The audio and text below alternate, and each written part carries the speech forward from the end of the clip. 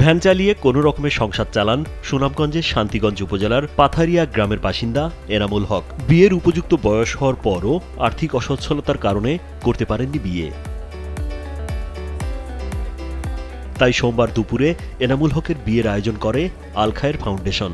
সিলেটের একটি অভিজাত কনভেনশন হলে নিজের বিয়ের এমন আয়োজনে খুশি এনামুল। জানান, এভাবে কখনো বিয়ে করতে পারবেন তা স্বপ্নেও ভাবতে পারেননি তিনি।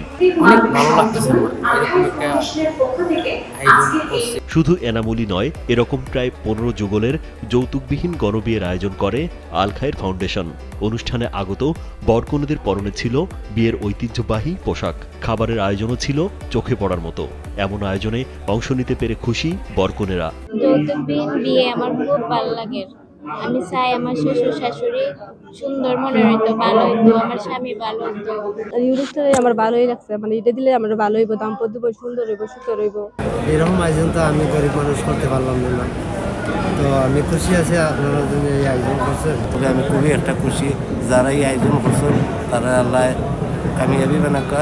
আয়োজকরা জানান, বিয়ে দেওয়ার পাশাপাশি সংসার জীবন শুরুর জন্য প্রতিটি পরিবারকে একটি করে সেলাই মেশিন, একটি ভ্যান, 1 মাসের খাবার ও সংসার চালানোর আনুষঙ্গিক সরঞ্জামাদিও দেয়া হয়। প্রতি বছর দেশের বিভিন্ন অঞ্চলে এমন আয়োজন করা হবে বলেও জানানো হয়। আমাদের এই প্রোগ্রামের মাধ্যমে সমাজের সকল বিত্তবান সকল প্রতিষ্ঠানের নিকট আহ্বান থাকবে যে আপনারা সকলে যদি এগিয়ে আসেন, ইনশাআল্লাহ খুব শীঘ্রই অল্প কয়েক বছরের ভিতরে আমরা 2022 সাল থেকে দেশের বিভিন্ন অঞ্চলে যৌতুকবিহীন গণবিয়ের আয়োজন করে আসছে সংস্থাটি।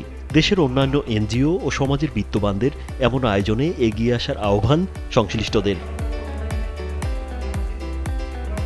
রাজীব বিশ্বাস, কালবেলা।